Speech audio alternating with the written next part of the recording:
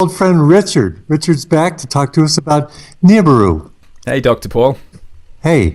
Yeah, Nibiru. This is going to be an interesting one. This is the big one that can cause the end of the world. Yeah, does that have any credibility, do you think? Well, this story's taken a bashing. I mean, it's been around for years, and we're supposed to have had Nibiru hit us in 2012, 2013, 2014. I think we had another Nibiru for September, just gone this year. And we've got yet another Nibiru encounter March next year. So it's a bit of a tricky one, isn't it? Well, yeah. Is it a little bit slow coming in? Is it slowing down, or what's the story with its arrival? Well, this is the problem, you see, because everybody's speculating on this thing, and the amount of evidence that's actually turning up on the internet is not looking so credible, you know. And it's interesting to do a story about Nibiru because a lot of people just go ahead and say, it's the end of the world, we're going to get hit by this huge heavenly body that's going to come in, it's going to tear off the surface of the earth, it's going to cause untold destruction, we're going to have meteorite showers. It's the proper end times prophecy. So this is the end of the world, or rather the end of an era, because this will change everything if this thing turns up. So I thought we'd look at a little bit of the story behind it, and we'll see if we can find any credibility. How's that sound? That sounds great, Richard. In the past 30 years, speculation's grown amongst astronomers about the existence of an extra planet in our solar system.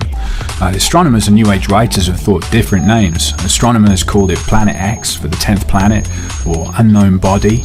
New Age writers called it Nibiru, Wormwood, the Destroyer. Now, Nibiru comes from the New Age mythology and is the name for the abode of the main god Anu.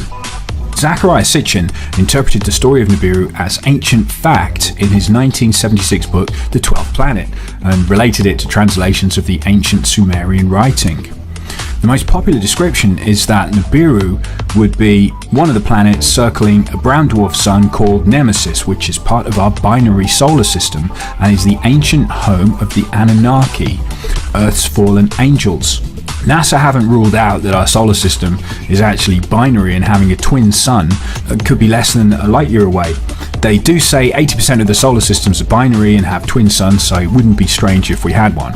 The sun's described as a brown dwarf by Nibiru writers. It doesn't emit much light, it's very hard to see and can only be spotted at a distance with a high-power infrared telescope like IRAS.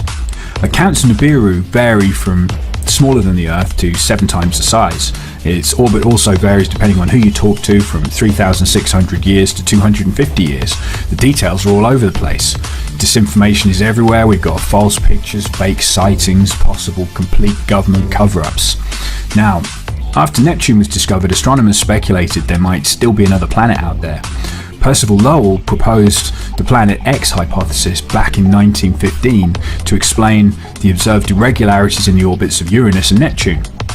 At first, astronomers thought they'd found Planet X when Pluto was discovered in 1930 by Clyde Tombaugh, but they realised that Pluto is too small to explain the observed orbital perturbations of Uranus and Neptune. So something's pulling on those two planets. And this all started a new search for Planet X. Let's meet the guy who actually came up with the first set of interesting calculations for it. This is Dr. Bob Harrington. And Dr. Harrington was actually the chief astronomer for the US Naval Observatory. We're talking about the American military here, and they're spending money on this stuff. Now, this becomes a bit of an odd story because Dr. Robert Harrington, he went down there with an 8-inch telescope, and he was making some observations because he thought that he'd found Planet X. Now, the reason he thought he'd found it was because the orbits of some of our planets were being messed around with. So we've got Neptune, Uranus, and Pluto, and they call it its perturbation of the orbits. So in other words, there's some large other planet. This is how they found all the planets originally. They found the orbits were being messed around with, and they went looking for an object that was messing with the planetary orbits. So they went looking for another body, and Dr. Harrington noticed that we've got a bit of a problem with these other 3 planets. It's an amazing story to begin with, yeah. Yeah, absolutely. But wouldn't you know it, when he's completing his observations and he sent them off to NASA, he took a load of films, he made some celestial maps, he plotted the orbit of Planet X, he said he'd found it, and all those films went off to NASA and were mysteriously never seen again. Does this pistol fire the dart? Yes, it does, Mr. Chairman, and a special one was developed which potentially would be able to enter the target without perception. The poison was frozen into some sort of dart, and then it was shot at very high speed into the person. So when it reached the person, it would melt inside them, and the only thing would be like one little tiny red dot on their body, which was hard to detect. There wouldn't be a needle left or anything like that in the person. But also the toxin itself would not appear in the autopsy? Yes, so that there was no way of perceiving that the target was hit. Wow, we're really good at killing people, aren't we? We can give somebody a heart attack with a gun. Yeah, absolutely. This is scumbaggery at its best. Scumbaggery is right. We've got some of these notes actually that we can put on the website for people to have a look at, because I got all the original Dr. Harrington notes, or a report anyway, which talks about what he found. Now, so he disappears mysteriously, and then the trail sort of goes a little bit quiet. Now, I don't know if you've seen these on the internet before. Pictures. No, I've never seen that. Yeah, pictures of two suns. Very weird, isn't it? Very weird. Yeah, and they've had these in mainstream media, believe it or not. Not so much in the United States. This has been China and Russia have gone with these stories, talking about two suns in the sky. People are taking clear pictures of it, and it's all very real indicators that Nibiru is coming in to trash everything, and it's nearly here. Now, yeah, this is where the problems start, because I looked at this evidence, and to be fair, I'm going to debunk it, okay? And just to make it even more debunkable, I went outside into my garden and I got a camera and I pointed it at the sun. And okay, it's a camera phone, but here's the effect I get. So look at that. Can you see the extra sun? Right. Lens flare. That's exactly what a lens flare looks like. So unfortunately for us, that's a really good lens flare. Yeah, it's an impressive lens flare. One of the debunkers came out and he did this with the moon. You can actually get two moons if you point the right lens at the moon.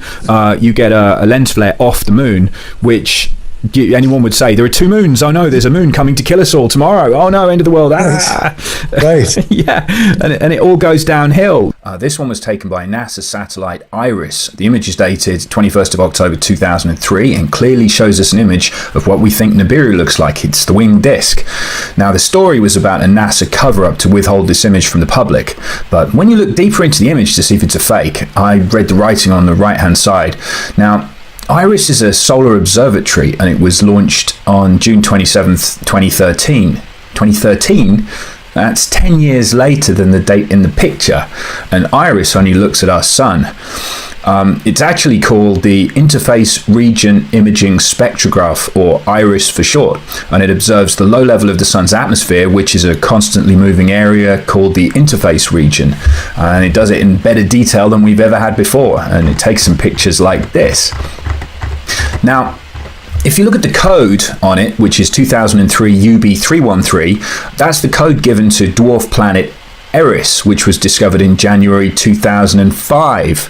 So this picture showing us something which wasn't even discovered until 2 years later, and it was discovered by Palomar Observatory, which was a team led by Mike Brown. They discovered it's a trans-Neptunian object. It's 27% bigger than Pluto. It's 0.27 the mass of Earth. Its distance from the sun is 96.4 AU, or astronomical units, which is 3 times the distance that Pluto's away. So this thing's really far away. We're only 1 AU from the sun, and you could call this planet X because Pluto's called a planet, well, a dwarf planet. So if we're going to demote Pluto and we demote this one, it's not really planet X, but it's so far away. The best picture we have of Eris is taken by the Hubble Space Telescope, and it looks like this. So I think we can close the book on our first picture. This is a fake. It's probably photoshopped by somebody trying to scare the alternative media community. Now, this is the Google box. Now, a lot of people have said that the image behind there is actually of Nibiru and Google is censoring it. Have you heard of this? Yes, I have. Now, I happen to have a copy of the image they say is behind this black box and being censored. Look at this.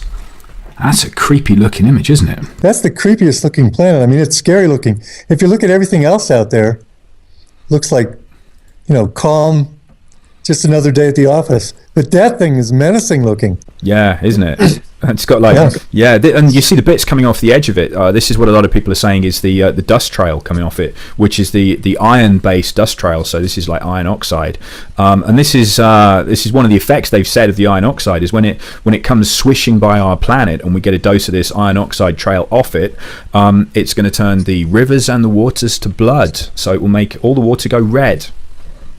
It all sounds pretty terrible, but let's take a look, shall we? Here are the coordinates for the black box, so you can put these in to Google Sky and go there yourself and have a look at it. Now, if you put these new coordinates in, you'll actually find that the image we were just talking about wasn't hidden behind the black box in the first place. Google never censored it. Now, I found out the imagery came from STSCI Digitized Sky Survey, so I went there and I pulled the original plates. These were made by POSS-2, which was a satellite. Now, decades before, they'd taken the same piece of sky with POSS-1, which we're looking at. Now, if we set these two up and we do a comparison between POSS-2 and POSS-1, we can see if anything's moving. Now, as you'll notice, Nibiru isn't going anywhere, or I would be Nibiru, because this isn't. So how about we take a quick trip back and we're going to look at STSCI again. Now, let's fill in the black box. So this is the data that was missing from the black box in the first place. Some people would tell you that there's nothing going on here, but who am I to believe anybody? It's best to look for yourself. So I pulled the two images and I got them together. So I've got the POSS-2 imagery, which is slightly clearer, and POSS-1, which is the blurrier older data. Now in the POSS-2, you should find that we can see more because the equipment's better. So if we look at these two images overlaid onto each other, then I invert them, we've got a problem. Now I noticed that we've got 12 stars missing and we've got one major star moving up and down in that image, so you can see over a few decades we do have a little bit of movement. So it's not quite true when people say there's nothing happening here. However, I've got no idea exactly where those stars have gone. They're just missing, which means they've moved quite some distance in a few decades. I'll have to come back to you on that one and we'll give you an update in a future episode. Have you heard about the tunnels that people have been digging? Yes. There's a map. Look at that one. This is all over. Yeah, this is everywhere. Look at it. And it's all over the world. Yeah, it is. Yeah, it is. There's a lot of underground bases now everywhere, aren't there? Yes, there are.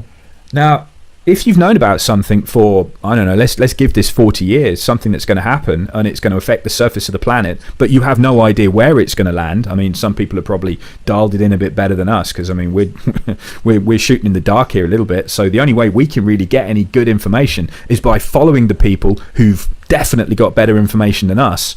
And that's got to be expensive, hasn't it, digging tunnels like that? Right, and they usually don't do it on behalf of the public over here. Although I have heard that in Russia, in China, they are doing these massive building projects so that people can be evacuated into them.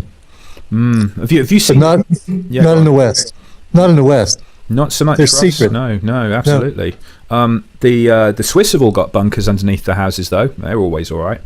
They're always ready, aren't they? The Russians have got underground bases to stash people, haven't they? They've got for the public, that is. That's right. And China supposedly have massive subway systems. So that people can be taken. Well, not just that, they've got massive cities with nobody in them. That's right. You remember that? They said, well, it's because of China's economics that they had to carry on building, even if they're building enormous cities with nobody in. I mean, that wouldn't make an awful lot of sense, would it? Just to build an enormous city. Doesn't make any sense. Doesn't make any sense at all. No, but rush it along. I mean, you don't want to wait around too much because, you know, when people spot that, there's going to be a riot. We know that much. That's right. Yeah, this is a problem, you see, because I mean, you're either going to be talking about seeing something like that, which is going to scare people enough to cause massive trouble, but it's certainly going to scare the elite into going into a bunker, isn't it? That's right. Do you remember the stories of all the FEMA trains? Right, FEMA trains to the camps with restraining devices, supposedly. Well, yeah, I mean, you don't know exactly what's going to be going through people's heads because you know all the end times prophecies. Right. Yeah, people are. I mean, don't you think that's going to be right up in people's heads when they say that's what's coming through, and we are in the end times, and by the way, we've got a load of diseases coming, and then they start reading from the Bible, and people start getting a little bit worried because it doesn't say good things, does it, in the Bible when it comes to the end times? No, you have to go through a lot of bad things, but it is a birthing. supposedly at the end it turns out all right. Well, relatively speaking, you've got to go through Armageddon and stuff like that. I mean, right, you have to go through the tribulation, exactly. Yeah, which, I mean, the thing is, when this happens, there's going to be more to come. So if people are reading from the Bible, then there's the bad news that when this thing comes by, it's going to come by again. So this is where it gets really annoying. It's supposed to come back in 5 months and do it again. We have an object that's got a 350 year or so orbit, but this particular time it's going to just swing back unless we hit a tail or unless there's something following it. Oh yeah, this is like a comet tail. You know those wing bits coming off the side of it? Those are millions of miles long. Oh boy. It's going to be like someone's macing the planet. So it's going to. Wow. There's Russian troops in the States, part of the UN soldiers. I know they've got at least 20,000 Russian troops. Yeah, that's amazing. And you know, if you were going to have a third world war with Russia, you wouldn't have tens of thousands of their troops marching around now, would you? No, you wouldn't. You just wouldn't, would you? So all this hype that we're defending ISIS and they're bombing the shit out of ISIS in Syria, that's all just theater? I think what was trying to be done in the Middle East is they're trying to work up to Third World War, because I think they want a Third World War, definitely. Because, I mean, if we're talking about the banksters here, they finance both sides and war just pays so well. I mean, it's great for them. It's really good for business. And look at the military-industrial complex. They get to sell loads of weapons. And times aren't good at the moment. I mean, if people said that the economy's recovering in the States, I mean, how many other people would say that's just a massive lie? I mean, it's not looking great. You know, it's the stock market's been blown up again by the banksters, so it looks good on paper, but there's not really a lot of stuff going on there. And how many millions of Americans are on food stamps now? Oh yeah, there's no jobs in the United States. Service industry is the only thing that happens there. Yeah. Tough times. Yeah, well, exactly. This is our biggest problem. So we've got all this going on, and got all the climate change, of course, because they were very quick, weren't they, to say climate change is our fault. Well, right. Wouldn't it make you feel a little bit strange if I said that climate change isn't just on Earth; it's happening through the whole solar system? Yeah, some people say that. This is a chart going through solar activity. And do you remember we were talking about 12,000 BC when we had our little blip with the sun and the flood? Right. Yeah. Right. Well, if you look at the solar activity there, they've done a chart. They've had to dig up like Earth cores and things to work out how much energy the sun was putting out, but they apparently put this together over tens of thousands of years here, and they've worked out that the sun is just as angry as it was about 12,000 BC. Which is a bit awkward, because if you're going to play the Nibiru card here, Nibiru's got Nemesis, which is its sun that it's going around, which is creeping into our solar system. And what's going to get you more heat? Second sun's probably going to help, isn't it? Right. Yeah, and look at that. So if that was related to the original flood, like I was saying, when it whacked Tiamat, or if it came through and knocked out Ceres and created the asteroid belt, don't know. But either way, if something big turned up, that's looking similar to the last time something really bad happened, isn't it? Yeah. So this Nibiru has its sun following it?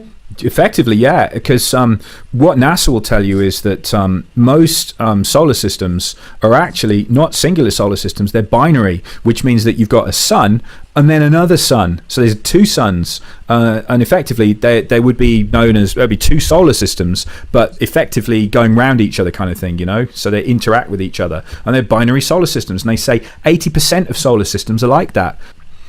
What do you say? Actually, 80% is definitely going towards, we could well be, couldn't we? Right. Some people say we have a dark sun.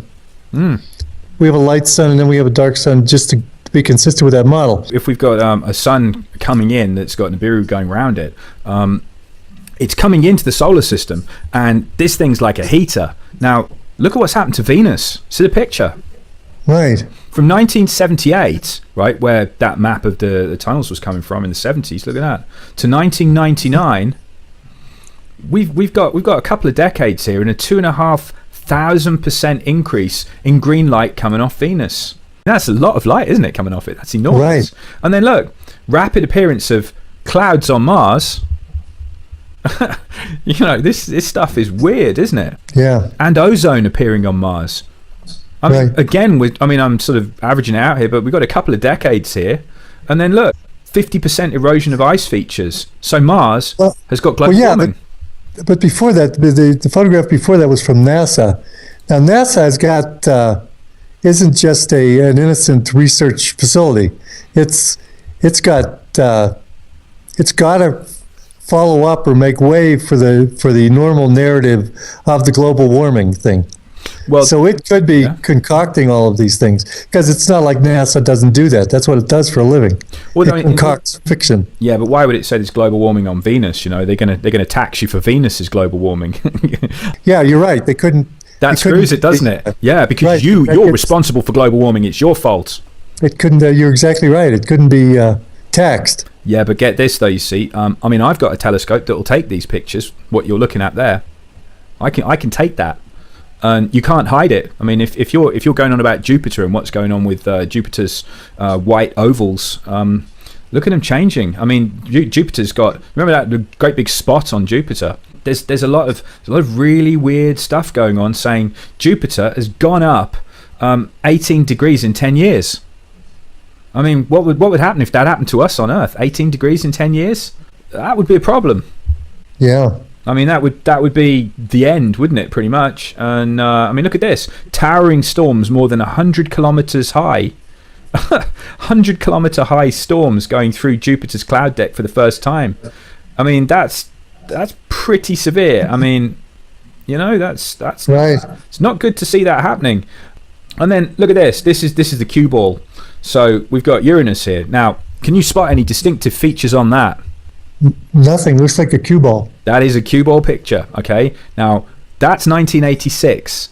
Now look what happens to it. And then look, it gets hit by huge storms. And you can see, I mean, these are enormous things. And this is happening all over the place. I mean, the point they're trying to make is they've enhanced the color a little bit on that. They're not really giant red nuclear storms, you know, they've just sort of brought it up a bit so you can see them.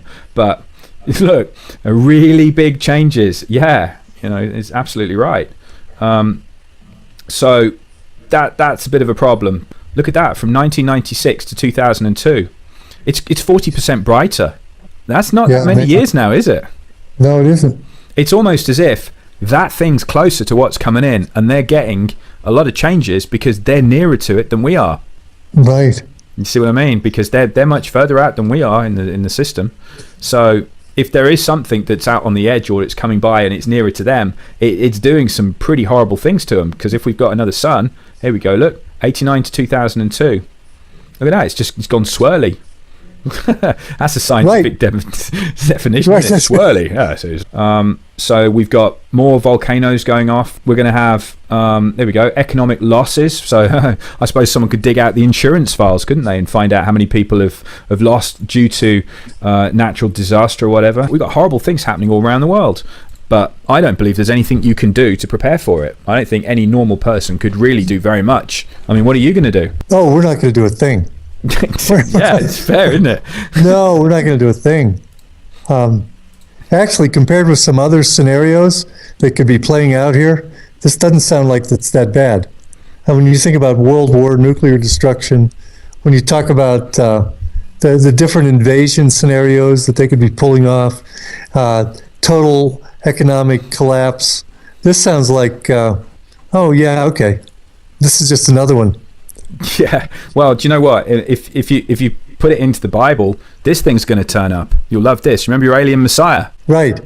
Well, I'm not sure if you've looked into this angle, which is definitely going to make your head spin.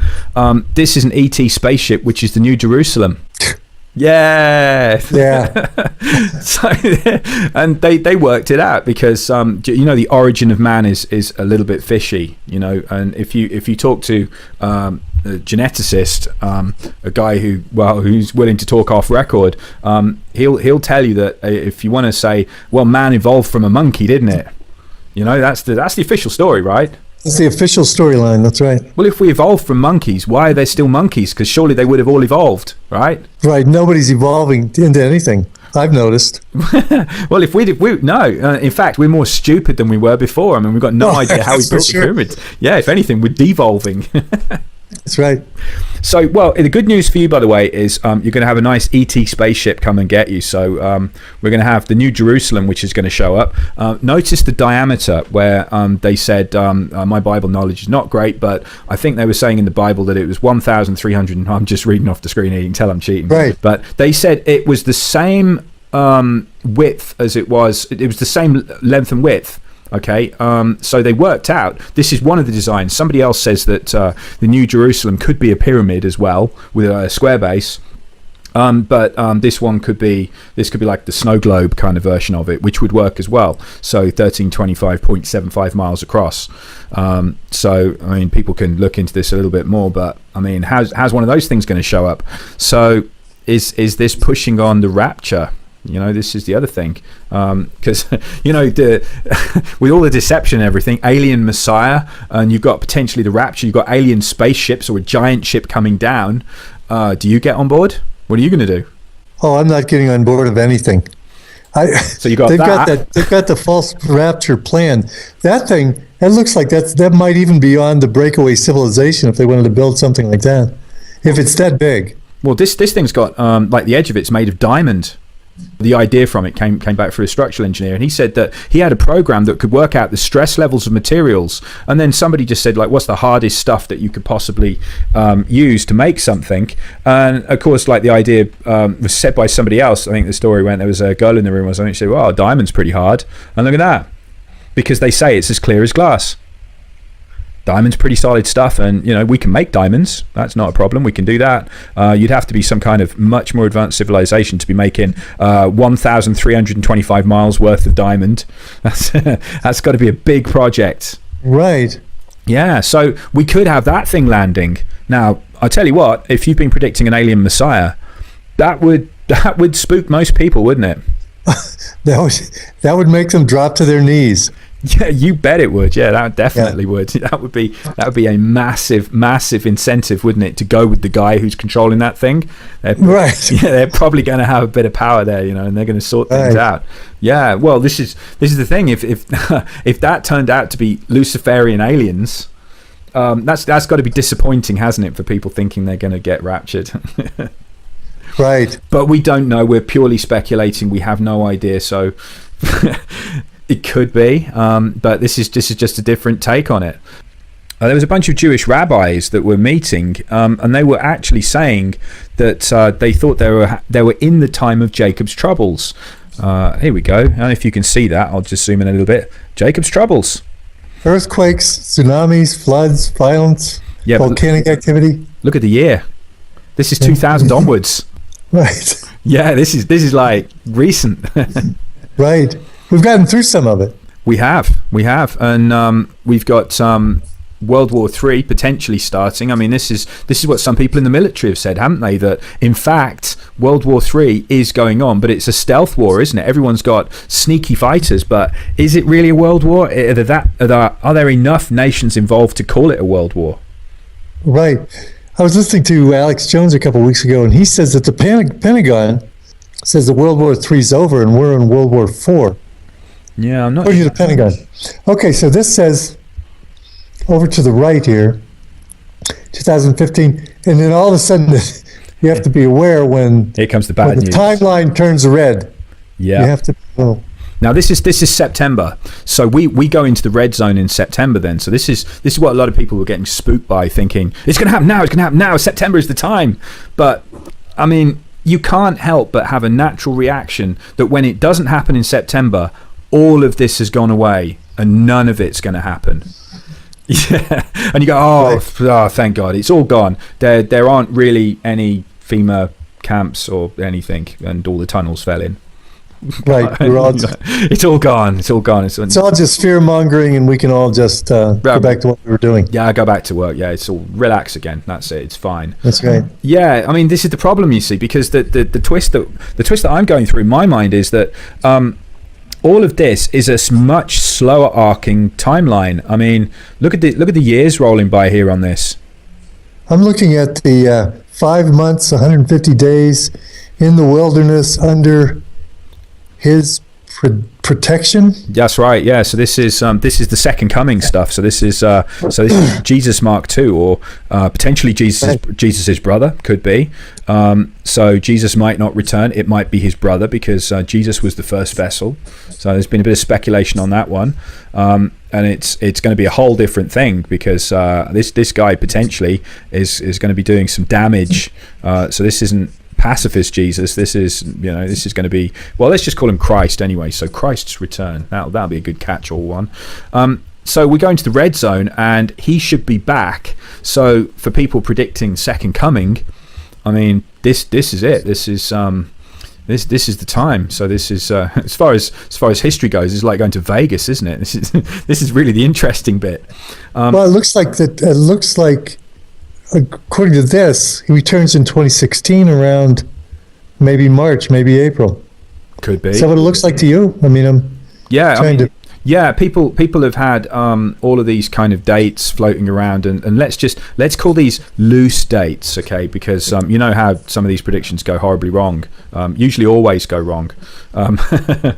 Right. But we know for a fact something's brewing. We can't nail it on this, but this is the end times view of it. So if we were in the end times, which much of the stuff on the internet is declaring, this would be the hot zone here. So we'll have a quick look through it, because this is the bit which says, I'm not sure if it says it on this, but it says no man will know the time of day, because when we get the meteor showers, potentially a sunrise will become sunset, because it will tilt the earth.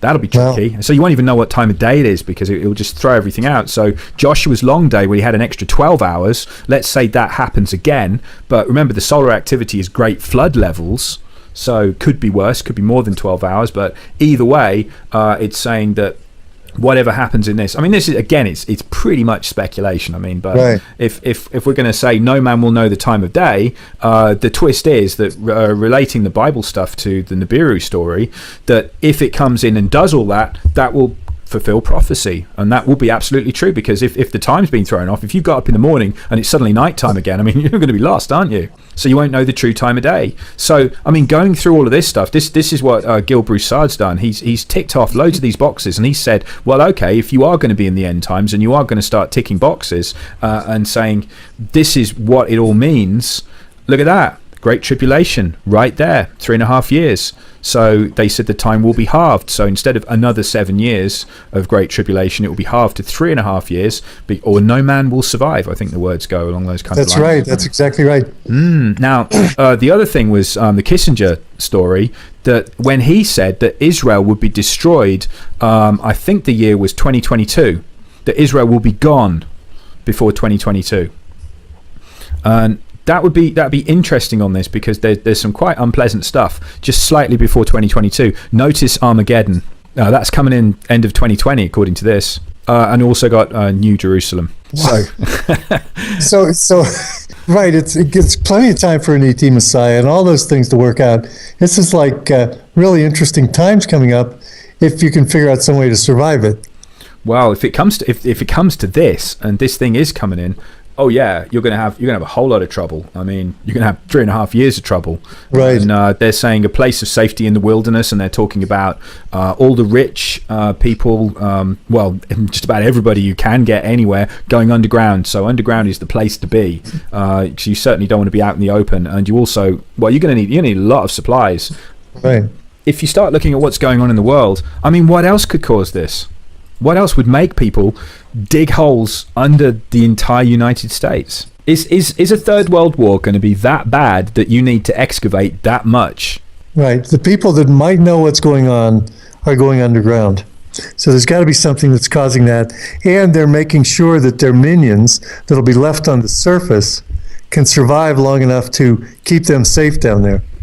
You know, I think another thing that we should throw into this mix, we were talking about the Queen temporarily vacating Buckingham Palace. That's right. And when she's choosing to do that, when she's leaving in March and she's coming back in the fall or something. I think it was. I think it's the end of this year. Actually, they've said Buckingham Palace needs to have renovation work, and the Queen just can't be there.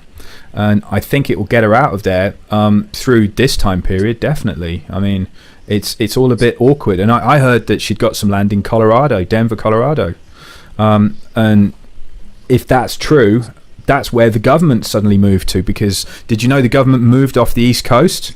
Absolutely, they moved everything. CIA headquarters, FBI, they're all located in Colorado. Probably underground in Colorado. Well, yeah, definitely, because they've got an underground military base right under the airport, haven't they? They sure do. Yeah, and we're looking at the timeline here. So this is potentially the kind of speed this thing's going to be coming in. And if you look there, can you see the big yellow 2016? Right. So let's get into the hot spot here. So this is saying that as we come through November and December, this is going to be like Venus kind of brightness. So this is going to be the giveaway. So let's just say that the timing's wrong on this one. It might not be around March, but this would be what to look for, and this would be the amount of time you would have left until you start getting problems. So if you say that we've got an equal brightness to Venus, I think that's safe to say amateur astronomers are going to start getting it, aren't they? Right, that's what it says. This is when the Chinese astronomers first saw the guest star. Yeah, I mean, we could even tack a few months onto that there and say that they got it out at about the July kind of level. Right. Can we assume that we had better telescopes than they did in China? Yeah, which is why I'm thinking that our March date probably isn't going to happen. I say probably, meaning definitely. Probably, definitely, yeah. Yeah, and I think we've got all the events happening, and everyone's been building up, but they've been digging holes since '78, haven't they? Well, they've had a lot before, yeah. Yeah, even before then. I'm guessing that this isn't exactly going to be hidden knowledge from the top people round in the major nations. I think they're all in on it, aren't they? If this is a massive conspiracy and they all know that something's going to happen, I mean, we've got the underground stuff that's happened in Russia. We've got military movement all over the place. We've got Chinese cities hanging around with nobody in them that can house 30 million people, because they said that there could potentially be a 600-foot wave, like a giant tsunami.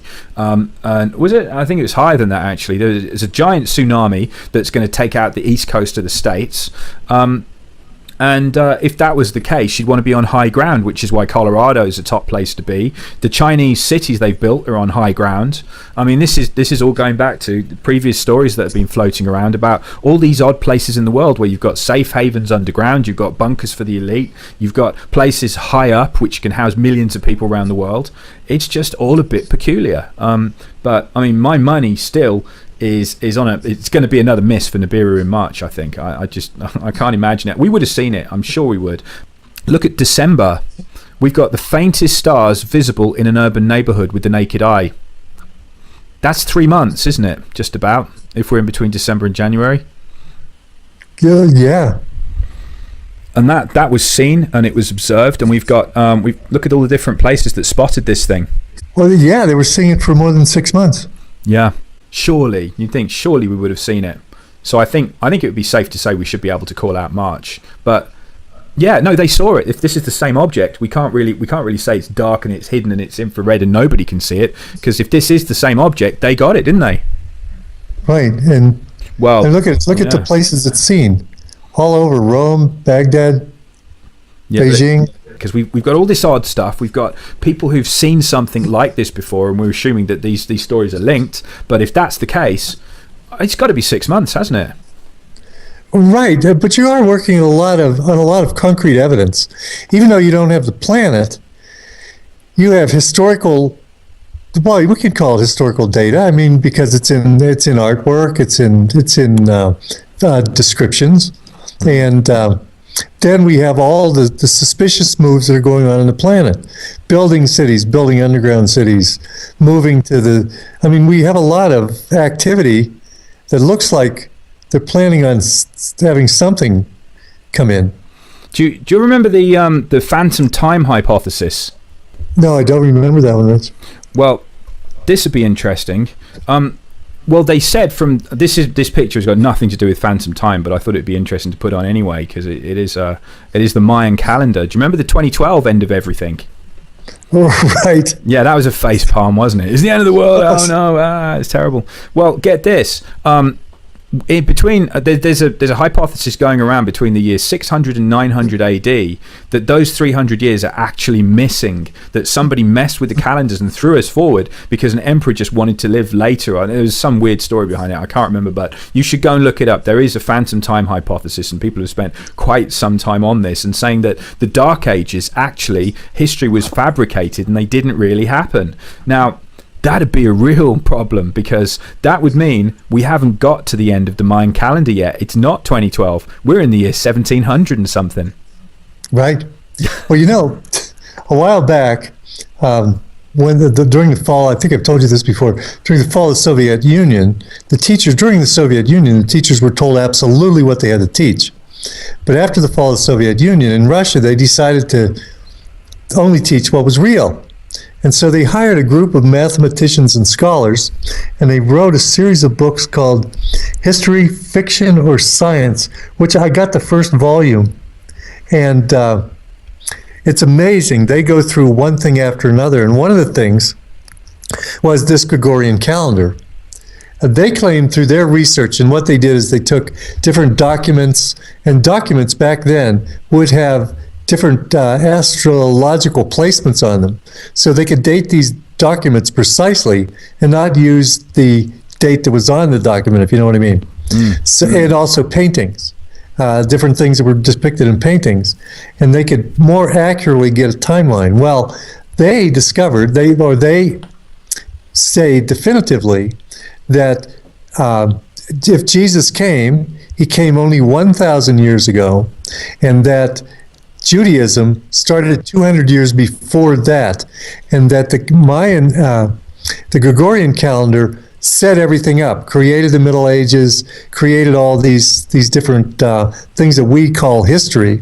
And also, when Pope Gregory was there, they had access to the Mayan calendar, so they could reset the Mayan calendar to coincide with whatever dates they were creating now. So the whole thing absolutely could be a hoax. Our whole history, the way we know it, could be fabricated to create the end time scenario to serve the purpose of whoever's purpose it's serving. Well, what do you think? Yeah, well, there was a story as well, talking about the 300 years. If that was true, and we'd lost 300 years, there was a story of a guy who... It was a bit of an out-of-body experience, like an Edgar Cayce almost, because he predicted the future. But this guy actually travelled to his reincarnated self in the year 3900. And he had all of history explained to him. And the end times, according to his account, happened 300 years from now. So this was the year 2300. And if anyone's still alive or listening to this, or still cares in 100 years' time, apparently we'll land on Mars in the year 2200. So the end times come in the year 2300, when population of the Earth has got so high, because it doesn't look like it's going to stop growing, does it? No. We're gonna hit the limit where we have food shortages, and these are the end time prophecies coming in saying there's going to be a problem with food and everything's going to go wrong. We're going to get the war coming and everything, and this was described to this guy as the year 2300 or thereabouts. So I can't remember the exact dates, but it's about 300 years away. I don't care because I won't be there for it unless I. Well, 300 years away, that would coincide with the next returning. Well, look at this. This is the Mayan calendar. Do you see those things all around the edge? Yeah. Do you remember the original, the paintings that we saw, which looked a bit like that? Yeah, look at that. Yeah. Look at that. That's amazing. Now that's creepy, isn't it? Because if that's showing every time it's come round, this is irregular, isn't it? Right. Yeah, the Mayans have got this in a few times. So if this is coming round, and look at the top one. I mean, there's something meaner at the top. So I don't know. If we've got 300 missing years and it throws this back to 2300, maybe the 2012 stuff was all just to blow it off, because in 300 years, are you going to be looking back at the Mayan calendar? I mean, that's ancient history and it never happened, did it? No, it didn't. No, the Mayan calendar was a huge miss. It wasn't the end of the world. I mean, it could have just said it's the end of an era and there'll be a new era. But if we're all running out because all our calendars are wrong, I mean, that just throws everything out, doesn't it? I mean, even trying to correlate in history, it's tricky. But if we've got some decent accounts of bits of history that haven't been messed with, and we're only talking a few hundred years back, and this thing is the same object as we saw only a few hundred years ago, well, we could have a problem. But we just don't know, do we? There's evidence scattered everywhere, but it's thin, isn't it? Right, exactly. It's all guesswork. And the most interesting thing is we don't really have any pictures of this. There's a lot of activities going on that looks like they're expecting something horrendous to happen, and not just things caused by the control system, like the hippie movement in World War II and stuff. That these things that are coming in, they couldn't even be orchestrated. They couldn't even be feigned by the control system. They have to be definitely from an external source. Do you think we could say that? Well, if you wanted to throw in some geoengineering, that makes things iffy when you're making the land and the sky into a war zone, because we got HARP, haven't we? Right. We have HARP, and they are popping off probably volcanoes and earthquakes that wouldn't be popping off, and they are creating weather events. I mean, the California drought has been shown to be a HARP intervention, and they're doing those kind of things, and they are building they are the ones that are building the underground bases. Yeah, and if you were planning a HARP war with other nations that have the same technology, who's going to suffer the most. It's going to be people on top side, isn't it? Right.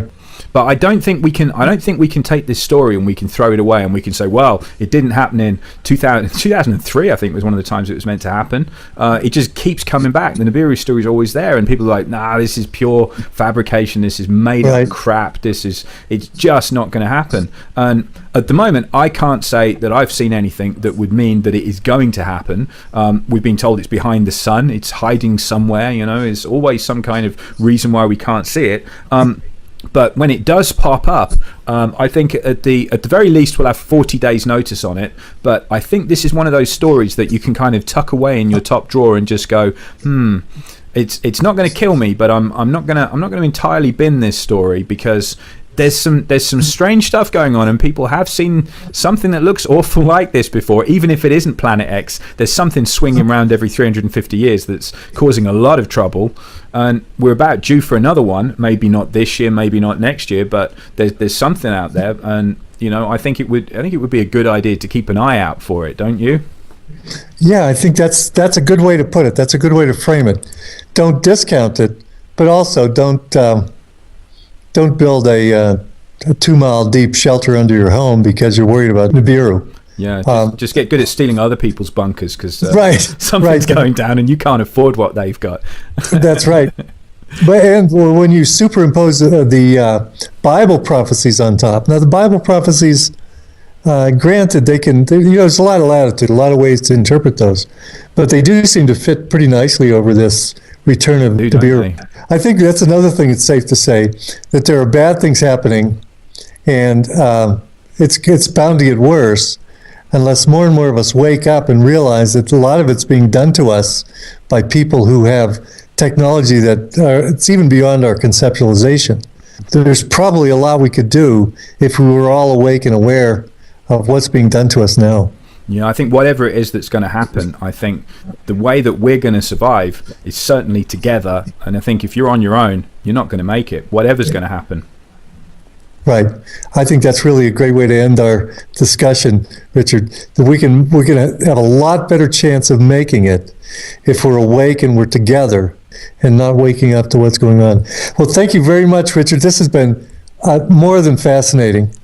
I've sat here for as long as we were talking with my mouth half open because I've been amazed. And thank you very much for spending time with us. Always good to be here. Well, I'll say one thing. Richard always takes us on a wild ride. I mean, this one included Nibiru, New Jerusalem, World War III, and he even got into Bible prophecies. But to summarize, what did we really learn? Well, we know that we could find this new planet, Eris. And it's not really a planet, it's kind of a dwarf Planet X. But we couldn't find Nibiru. Can't find any evidence of it or its sun, Nemesis. No professional or amateur astronomers have any pictures at all. what about the Anunnaki? They came from Nibiru, right? Well, I don't think anybody ever said that they came from Nibiru. We were just kind of connecting those together. All we know is they came from the sky. They came from heavens. They might be the fallen angels. Who knows? And so what about the prophetic end of the world? And the New Jerusalem? Is it going to be on a spaceship? Is the New Jerusalem the city that we're all seeing over China now? What's going on here? You know, probably the best evidence we have to try to figure out what's going on here is actually no evidence that fits together unless you look at a big, broad picture. I mean, you've got Dr. Harrington, who came forward and did all this research and all of a sudden was summarily done away with. And now there's astronomers in Paris that are being killed. I mean, you have to look at what the elite are doing now. They're building underground bases that we know of. We know that they're going to high ground. We know that they're all consolidating their food banks. You know, all these things fit together. And what about the murals in the Denver airport predicting the end of the world, some cataclysmic thing from the sky that might come in? Who knows? And then there's the changes that are taking place all through the solar system, including heating up. And if you look around the planet, maybe geoengineering, but there are major increase in volcanoes and plate tectonics activity like earthquakes happening all over the world. And they're still looking for something out there. And they're building in Chile a huge telescope called the Large Synoptic Survey Telescope. And it's on a mountain in Chile to look for whatever it is they know is out there and they think is coming.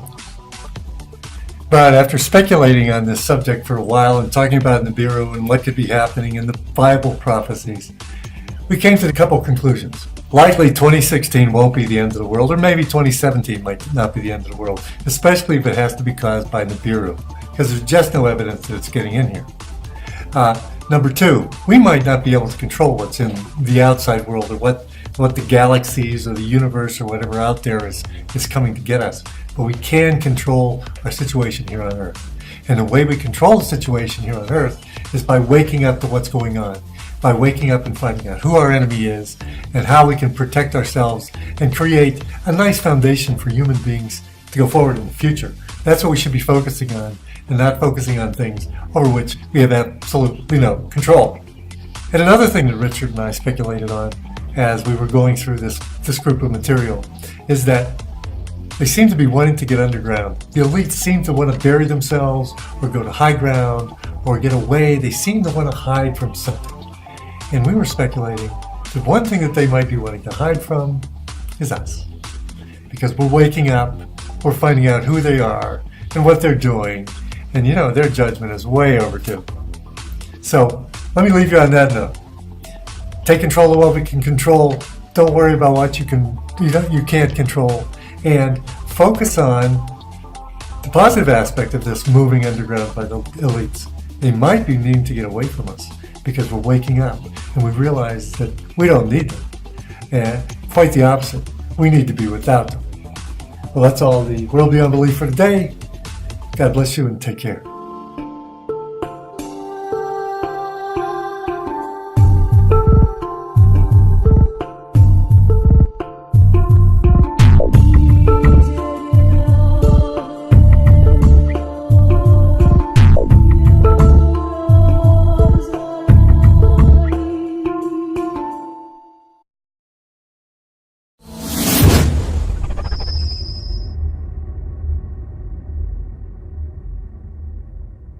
Old friend Richard. Richard's back to talk to us about Nibiru. Hey, Dr. Paul. Hey. Yeah, Nibiru. This is going to be an interesting one. This is the big one that can cause the end of the world. Yeah. Does that have any credibility, do you think? Well, this story's taken a bashing. I mean, it's been around for years, and we're supposed to have had Nibiru hit us in 2012, 2013, 2014. I think we had another Nibiru for September, just gone this year. And we've got yet another Nibiru encounter March next year. So it's a bit of a tricky one, isn't it? Well, yeah. Is it a little bit slow coming in? Is it slowing down, or what's the story with its arrival?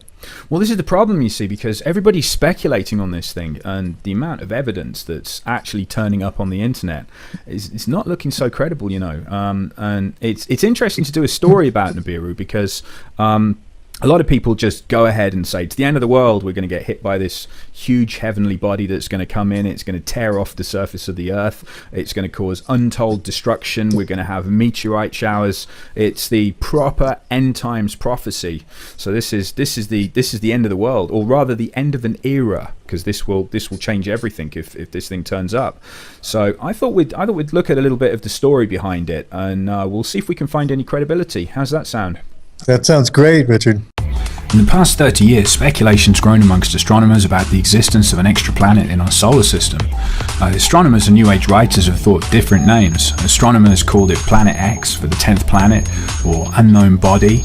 New Age writers called it Nibiru, Wormwood, the destroyer. Now, Nibiru comes from the New Age mythology and is the name for the abode of the main god Anu. Zachariah Sitchin interpreted the story of Nibiru as ancient fact in his 1976 book The 12th Planet, and related it to translations of the ancient Sumerian writing.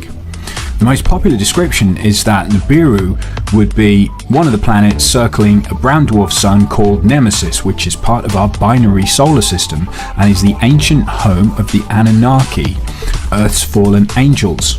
NASA haven't ruled out that our solar system is actually binary and having a twin sun could be less than a light year away. They do say 80% of the solar systems are binary and have twin suns, so it wouldn't be strange if we had one. The sun's described as a brown dwarf by Nibiru writers. It doesn't emit much light, it's very hard to see and can only be spotted at a distance with a high-power infrared telescope like IRAS. Accounts of Nibiru vary from smaller than the Earth to 7 times the size. Its orbit also varies depending on who you talk to, from 3,600 years to 250 years. The details are all over the place. Disinformation is everywhere. We've got false pictures, fake sightings, possible complete government cover-ups. Now, after Neptune was discovered, astronomers speculated there might still be another planet out there. Percival Lowell proposed the Planet X hypothesis back in 1915 to explain the observed irregularities in the orbits of Uranus and Neptune.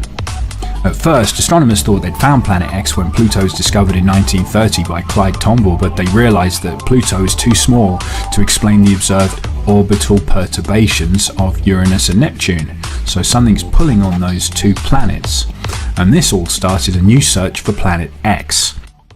Let's meet the guy who actually came up with the first set of interesting calculations for it. This is Dr. Bob Harrington.